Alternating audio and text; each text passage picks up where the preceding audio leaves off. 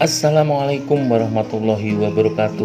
Jumpa lagi teman-teman di channel Diskusi Lintas Iman, channel yang selalu memberikan tayangan-tayangan yang sangat menghibur dan bisa menambah wawasan baru buat kita semua. Teman-teman, kali ini kita akan membahas tentang Yudas Iskariot yang merupakan salah satu murid daripada Yesus.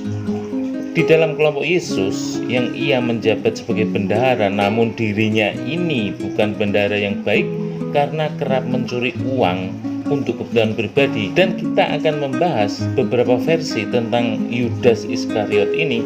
Kelakuan Yudas yang kurang baik ini tercatat di dalam Injil Yohanes ayat 12 nomor 5-6 yang berbunyi, mengapa minyak narwastu ini tidak dijual 300 dinar dan uangnya diberikan kepada orang-orang miskin.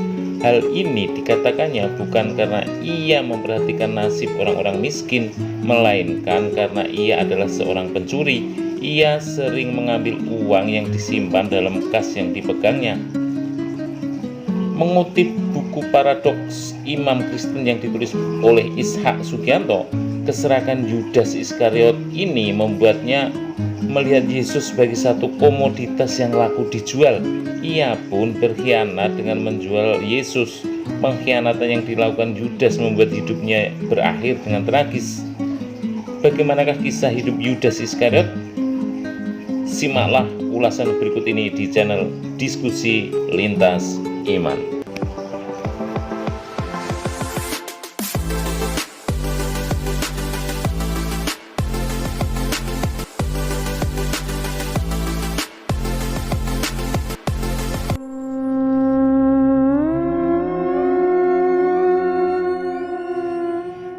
Yudas adalah nama yang sama dengan sebutan Yehuda dalam bahasa Ibrani yang artinya adalah dipuji atau pujian. Nama ini pada kala itu adalah sebuah nama yang populer di kalangan orang Yahudi. Sementara Iskariot berasal dari kata sikari yang merupakan sebuah nama dari suatu kader pembunuh terlatih di antara pemberontak Yahudi. Ada juga teori lain yang mengatakan bahwa Iskariot merupakan turunan dari kata Keriot, yaitu sebuah kota yang berjarak 15 mil di selatan Hebron di Israel. Kata Ibrani Iskariot yang memiliki arti yaitu orang desa dari Keriot. Yudas adalah salah satu dari 12 murid Yesus atau Nabi Isa alaihissalam. Ke-12 murid Nabi Isa atau Hawariun ini mereka bernama Andreas, Barnabas, Bartolomeus, Matius, Filipus, Simon, Petrus, Tadeus, Yahya bin Zabdi, Yakub bin Zabdi, Yakub bin Alpius, Yahuda, dan Yudas Iskariot. Para Hawariun ini termasuk Yudas Iskariot di dalamnya menjadi orang-orang yang membantu Nabi Isa alaihissalam setelah menerima wahyu. Di dalam beberapa kitab dan kisah disebutkan bahwa Nabi Isa alaihissalam menerima wahyu pada usia 30 tahun. Dalam tafsir Ibnu Katsir, kaum Hawariun dalam suatu pendapat dijelaskan jika mereka adalah merupakan orang-orang yang bertubuh pendek. Menurut pendapat yang lainnya, mereka dinamakan Hawariun dikarenakan pakaian yang mereka kenakan berwarna putih. Sedangkan menurut pendapat yang lain menyebutkan bahwa mereka ini adalah para pemburu. Di dalam Al-Quran, Allah berfirman, maka ketika Nabi Isa merasakan keingkaran mereka, yaitu Bani Israel, dia berkata, siapakah yang akan menjadi penolong untuk menegakkan agama Allah? Maka para Hawariun menjawab, kamilah penolong agama Allah, kami beriman kepada Allah dan saksikanlah bahwa kami adalah orang-orang muslim. Quran Surat Ali Imran ayat ke-52. Di dalam pandangan umat Nasrani, Yudas Iskariot menjabat sebagai bendahara, orang yang bertugas memegang keuangan. Namun dikisahkan bahwa Yudas sering mengambil keuntungan pribadi dari posisinya tersebut. Dia dikatakan sering mencuri uang kas atau korupsi dan Yudas juga termasuk orang yang pandai dalam bersilat lidah. Intinya, sosok Yudas menurut pandangan kaum Nasrani digambarkan sebagai pengkhianat. Kesalahan terbesar yang pernah dilakukan Yudas adalah dia pernah menjual Yesus seharga 30 keping uang perak. Namun, menurut ahli sejarah, kemungkinan koin perak itu adalah jenis koin tetradahem. Koin jenis ini umumnya digunakan di zaman Yesus masih hidup, dikarenakan dibuat antara tahun 14 sampai 15 Masehi. Apabila 30 keping uang perak tetradahem ini dikonversikan dengan nilai tukar uang saat ini, sama dengan senilai 1.920 sen atau sekitar 19,2 dolar. Jika dirupiahkan akan menjadi sekitar 313.000 rupiah. Jadi Yudas terlena dengan bujuk rayu imam Yahudi yang sedang mencari-cari keberadaan gurunya Yudas, yaitu Yesus Kristus atau Nabi Isa alaihissalam. Akhirnya Yudas pun menerima uang 30 keping perak tersebut dan memberitahukan keberadaan Yesus kepada para imam. Orang yang menyerahkan dia telah memberitahukan tanda ini kepada mereka. Orang yang akan kucium itulah dia. Tangkaplah dia dan bawalah dia dengan selamat. Maka setelah Yudas mencium Yesus, Yesus pun ditangkap. Yesus ditangkap di Taman Getsemani dan dibawa ke pengadilan. Taman Getsemani ini dipercaya berada di kaki bukit Zefunus, Palestina, dan dipercaya sebagai tempat terakhir Yesus berdoa yang terakhir kalinya sebelum disalibkan. Kemudian setelah berhasil ditangkap, Yesus pun disiksa dan dihukum mati dengan cara disalib. Di dalam Injil disebutkan ketika tahu kalau Yesus dihukum mati, Yudas merasa tidak senang dan sedih, dan akhirnya Yudas mengembalikan 30 keping uang perak itu kepada para imam. Namun pada saat itu para imam menolak. Yudas kemudian melemparkan kepingan perak itu ke bait suci. Kemudian Yudas pergi, dan para imam kemudian mengambil uang perak itu dan berkata, tidak diperbolehkan memasukkan uang ini ke dalam peti persembahan, sebab uang ini adalah mengandung darah. Setelah Yudas pergi, beberapa waktu setelah itu dia memutuskan untuk mengakhiri hidupnya dengan cara gantung diri. Namun menurut Lukas, 30 keping uang perak itu digunakan Yudas untuk membeli sebidang tanah. Lalu Yudas terjatuh di tanah itu dan perutnya terbelah sehingga semua isi perutnya tertumpah keluar. Hal itu pun disaksikan oleh penduduk Yerusalem sehingga tanah itu mereka sebut dalam bahasa mereka sebagai Hakaldaman, yang artinya tanah darah. Jika kisah ini dijabarkan secara logis, saat itu Yudas membeli tanah, kemudian di tanah itu dia gantung diri.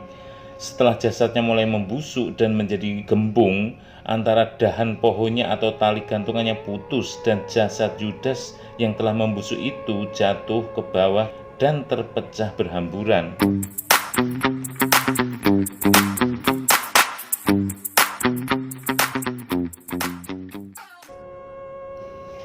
Jika bicara tentang sosok Yudas Iskariot di dalam sudut pandang Islam, maka kisah yang akan diangkat adalah tentang peristiwa penyaliban. Setiap muslim percaya bahwa Nabi Isa alaihissalam atau Yesus tidak wafat disalib, namun bagi menurut pandangan kaum Nasrani, Yesus mati di tiang salib yang bertujuan untuk pengampunan dosa manusia. Bagi pandangan umat Islam, Nabi Isa alaihissalam sangat mustahil terbunuh atau tersalib, sebab Allah SWT melindungi semua rasul ulul azmi. Allah SWT telah menyelamatkan Nabi Nuh alaihissalam dari tenggelam, Nabi Ibrahim alaihissalam dari panasnya api, Nabi Musa alaihissalam dari Fir'aun, Nabi Muhammad SAW dari makar kaum musyrikin, dan pasti juga Nabi Isa alaihissalam dari kaum Yahudi. Sesungguhnya mereka yang berselisih pendapat tentang pembunuhan Isa selalu dalam keraguan-raguan tentang yang dibunuh itu. Mereka benar-benar tidak tahu siapa sebenarnya yang dibunuh itu, melainkan mengikuti prasangkaan belaka. Jadi mereka tidak yakin telah membunuhnya. Al-Quran Surat An-Nisa ayat 157.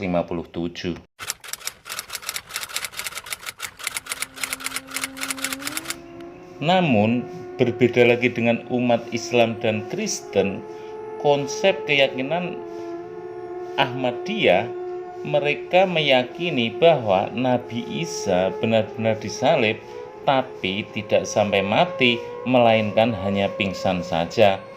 Kemudian setelah siuman, beliau melarikan diri ke kampung Ahmadiyah di Kashmir dan meninggal di sana. Ini tentu merupakan pandangan yang cukup aneh dari seorang pendiri agama Ahmadiyah ini yang bernama Mirza Ghulam Ahmad, dan pada saat itu mengaku bahwa Mirza ini adalah seorang nabi. Ya, tentu pasti nabi palsu.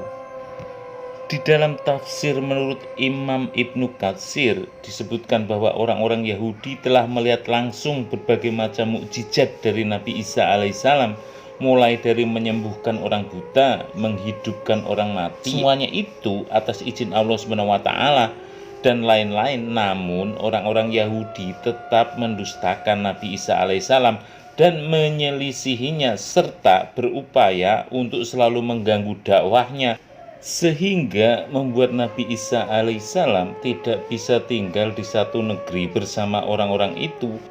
Beliau melakukan banyak pengembaraan dan mengajak ikut serta pula ibunya Siti Maryam. Namun orang-orang Yahudi belum puas dengan keadaan itu. Mereka berusaha menemui Raja Damaskus, yang pada masa itu Raja Damaskus adalah seorang musyrikin penyembah bintang, yang pada waktu itu rakyatnya adalah pengikut agama Yunani. Maka setelah mereka sampai di hadapan raja, mereka menyampaikan berita dusta kepada sang raja bahwa di Baitul Maqdis ada seorang laki-laki yang menebarkan fitnah di tengah-tengah manusia, menyesatkan mereka dan mengajak mereka agar memberontak kepada sang raja. Maka si raja pun akhirnya murka mendengar laporan itu, dan kemudian dia menulis surat kepada gubernur yang ada di Baitul Maqdis untuk memerintahkan agar menangkap laki-laki yang dimaksud ini, lalu menyalibkannya dan meletakkan duri-duri di kepalanya agar tidak mengganggu orang-orang lagi. Maka ketika surat raja itu sampai di gubernur Baitul Maqdis, segera mereka melaksanakan perintah rajanya itu, lalu dia berangkat bersama sekelompok orang Yahudi menuju sebuah rumah yang di dalamnya terdapat Nabi Isa alaihissalam. Ketika itu Nabi Isa alaihissalam sedang bersama sejumlah murid-muridnya yang berjumlah 12 orang atau 13 orang, atau menurut riwayat lain dijelaskan saat itu murid-muridnya ada 17 orang. Peristiwa itu terjadi pada hari Jumat sesudah waktu asar, yaitu pada malam Sabtu. Yang akan menangkap Nabi Isa alaihissalam itu pun mulai mengepung rumah tersebut. Maka ketika Nabi Isa alaihissalam merasa bahwa mereka pasti akan memasuki rumah itu, lalu Nabi Isa alaihissalam pun berkata kepada para sahabatnya, "Siapakah di antara kalian yang bersedia untuk diserupakan dengan aku? Kelak akan menjadi temanku di surga." Maka ada seorang pemuda yang bersedia untuk itu. Namun ketika itu Nabi Isa alaihissalam melihat pemuda itu, Nabi Isa alaihissalam tidak mau, dikarenakan pemuda itu masih terlalu muda untuk melakukannya, sehingga beliau mengulangi permintaannya sebanyak 2 atau 3 kali. Tetapi setiap kali beliau mengulangi pertanyaannya itu, tidak ada seorang pun yang bersedia kecuali pemuda itu. Dan akhirnya setelah Nabi Isa alaihissalam mengatakan, "Baiklah, kalau begitu maka kamulah orangnya," saat itu Allah SWT menjadikan pemuda itu mirip dengan Nabi Isa alaihissalam, sehingga seolah-olah pemuda itu betul-betul memang Nabi Isa alaihissalam itu sendiri. Tak lama kemudian terbukalah salah satu bagian dari atap rumah itu, dan Nabi Isa alaihissalam tertimpa rasa kantuk yang teramat sangat, sehingga akhirnya beliau pun tertidur. Dalam keadaan seperti itu, Allah SWT mengangkat Nabi Isa alaihissalam menuju langit seperti di dalam firman-Nya, Ingatlah ketika Allah berfirman, "Wahai Isa, sesungguhnya aku mengambilmu, mengangkatmu kepadaku, mensucikanmu dari orang-orang kufur, dan menjadikan orang-orang yang mengikutimu lebih unggul daripada orang-orang kufur, hingga hari kiamat kemudian kepadakulah kamu kembali, lalu aku beri keputusan tentang apa yang selalu kamu perselisihkan." Al-Quran Surat Ali Imran ayat ke-55. Setelah Nabi Isa alaihissalam diangkat ke langit, para murid atau sahabatnya ini keluar ketika mereka atau orang-orang yang hendak menangkap Nabi Isa alaihissalam melihat pemuda yang mirip dengannya, maka mereka menyangka dia itulah Nabi Isa. Malam itu juga mereka menangkapnya dan menyalibnya serta meletakkan duri-duri di kepalanya. Orang-orang Yahudi menampakkan bahwa merekalah yang telah berhasil menyalib Nabi Isa alaihissalam. Mereka merasa bangga dengan hal ini. Ternyata beberapa kalangan dari orang-orang Nasrani juga mempercayai hal ini, bahwa Nabi Isa alaihissalam telah disalib. Itu semua dikarenakan kebodohan dan pendeknya akal mereka, kecuali mereka yang ada di dalam rumah tersebut bersama Nabi Isa alaihissalam. Mereka tidak mempercayai dikarenakan menyaksikan sendiri bahwa Nabi Isa alaihissalam diangkat ke langit. Adapun selain mereka, semuanya menyangka bahwa yang disangka oleh orang-orang Yahudi bahwasanya orang yang disalib itu adalah Isa Al-Masih putra Maryam, hingga akhirnya mereka pun menyebutkan sebuah mitos bahwa ibunda Maryam duduk di bawah orang yang disalib itu dan menangisinya. Disebutkan pula bahwa Nabi Isa alaihissalam yang mereka sangka disalib itu bisa berbincang dengan ibunya waktu itu. Sorry ass DJ.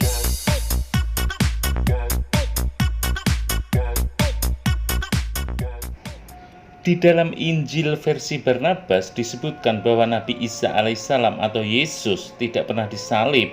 Yang disalib ini adalah salah satu sahabatnya, yaitu Yudas Iskariot, atau di dalam sudut pandang Muslim dia disebut sebagai orang yang diserupakan dengan Nabi Isa. Injil Barnabas ini secara penuh akan kita bahas di video yang akan datang. Injil Barnabas ini mengajarkan tentang ketauhidan Tuhan yang satu, yang lebih cenderung mendekati Islam dibandingkan Kristen.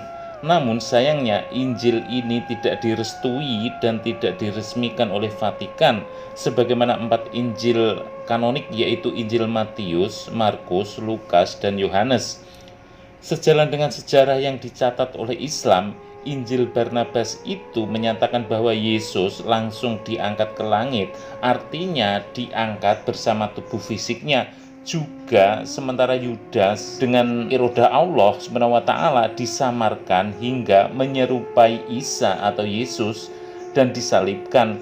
Dalam proses sebagaimana yang diyakini selama ini, pendapat lain juga mengatakan bahwa bukan Yudas yang disalib, namun murid Nabi Isa alaihissalam yang lain. Meskipun begitu, pada intinya Yesus atau Nabi Isa alaihissalam dalam sudut pandang Islam tidak pernah disalib. Di dalam riwayat lain ada juga riwayat yang mengatakan bahwa sebenarnya Yudas Iskariot ini adalah Dajjal yang menyamar. Dajjal yang menyamar dan berganti nama menjadi Yudas Iskariot kemudian menyusup dan berpura-pura menjadi salah satu murid dari Nabi Isa alaihissalam, sehingga pada akhirnya ketika terjadi peristiwa penyaliban Yesus atau Nabi Isa alaihissalam, Allah Subhanahu wa Ta'ala serupakan wajah Yudas menjadi wajah Yesus, sehingga Yudaslah yang akhirnya disalib oleh Raja Herodes. Raja Herodes dan orang-orang Yahudi saat itu mengira bahwa Yudas Iskariot adalah Isa bin Maryam. Maka saat itu mata kanan Dajjal atau Yudas Iskariot ditusuk oleh pedang Raja Herodes, dan Dajjal kehilangan atau rusak mata kanannya. Makanya di dalam satu hadis Nabi Muhammad SAW disebutkan Dajjal adalah anak keturunan Adam atau manusia yang rusak sebelah matanya. Namun, sebelum kita bahas lebih lanjut lagi siapa itu Dajjal, sebaiknya kita bahas tentang apa yang akan dilakukan oleh Dajjal. Yang dilakukan oleh Dajjal adalah dia akan mengaku dirinya adalah seorang nabi Al-Masih dan juga akan mengaku dirinya adalah Tuhan. Yang menjadi pertanyaan adalah kepada siapa dia mengaku nabi dan Al-Masih dan kepada siapa dia mengaku dirinya adalah Tuhan. Dajjal akan mengaku dirinya nabi dan Al-Masih, yaitu kepada umat Islam dan tidak sedikit yang mempercayainya. Dan tentu saja mereka ini adalah umat Islam yang pengetahuannya sedikit dan sering melanggar hukum-hukum dan syariat Allah SWT. Dan kepada siapa Dajjal mengaku Tuhan? Dajjal akan mengaku dirinya Tuhan adalah kepada orang-orang Nasrani, dikarenakan Dajjal dengan izin Allah SWT diberi kemampuan untuk melakukan mukjizat sebagaimana Nabi Isa alaihissalam yang orang Nasrani sering sebut yaitu Tuhan Yesus, dengan menghidupkan orang mati, sehingga banyak orang-orang Nasrani mempercayai tipu daya Dajjal ini. Sebagian orang menganggap bahwa Yudas Iskariot ini sebagai pengkhianat dikarenakan ia tega menjual Yesus untuk ditangkap dan disalibkan. Namun, sebagian lagi menganggap bahwa Yudas Iskariot ini juga dianggap sebagai seorang pahlawan dikarenakan pengkhianatan yang dilakukannya telah membuat Yesus ditangkap dan disalibkan, sehingga dosa-dosa umat Kristen bisa ditebus olehnya.